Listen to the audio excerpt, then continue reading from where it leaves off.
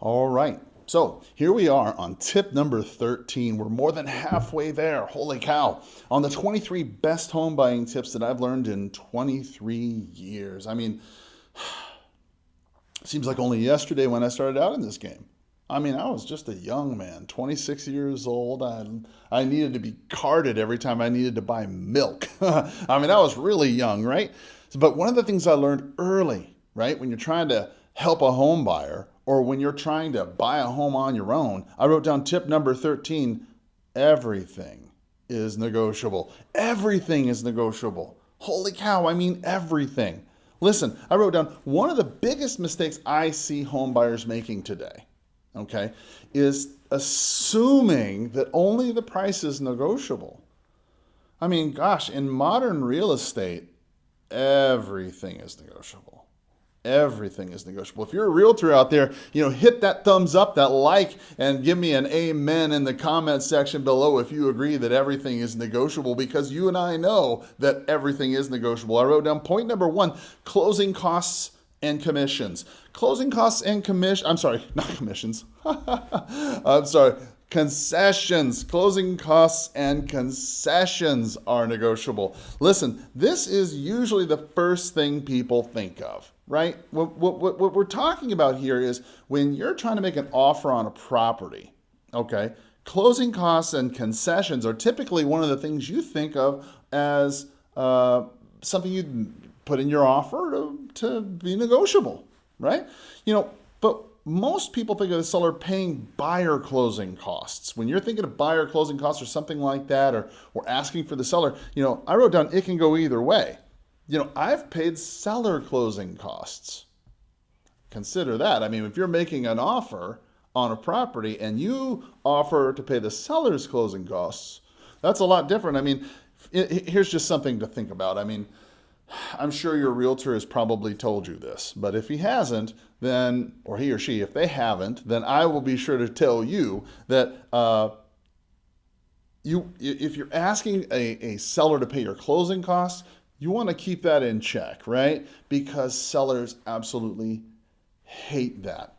They hate it. They hate it with a passion.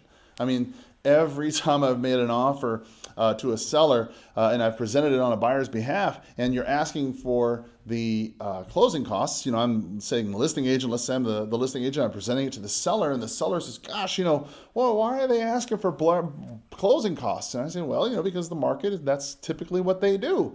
The sellers don't quite get it. Many times the seller's opinion is, gosh, I worked 4 jobs and I never slept, and I saved up all my money for my down payment, and I sold all my possessions, and that's how I got my down payment and my closing costs on my first house, so you can do the same. Well, I can certainly appreciate where you're coming from, Anyway, point number 2, repairs, right? Price is one thing, closing costs, concessions, but repairs, right? Think of this, if you've paid full price, okay, many times I think there's an expectation that you can ask for a home to be certain repairs. There better not really be anything wrong with it. Unless I knew about it up front, right? You could reasonably expect for some repairs. I wrote down, they could give you money in lieu of repairs. It might be a situation where they find, I don't know, the air conditioner's shot, and you're buying it for cash. I don't know. They say, well, gosh, we'll give you $5,000 for a brand new one. We'll just, you take care of it. As a buyer, you could make that decision. I wrote down your lender's going to have a say in this if you're getting money from a lender. But trust me, your lender's going to have a say in these repairs and you getting any kind of money back. I wrote down point number 3, personal items. These things are also negotiable.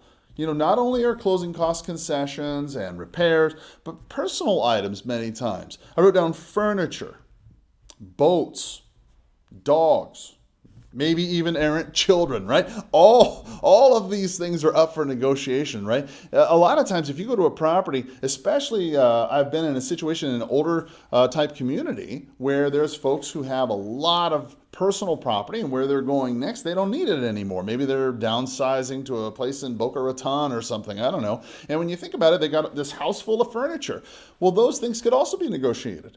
And maybe you don't need those things. Maybe you've got your own furniture, but maybe you could take them. They're just going to donate it to Salvation Army. Maybe you could get them and sell them yourself and make, a little extra bucks for going out to dinner. I don't know.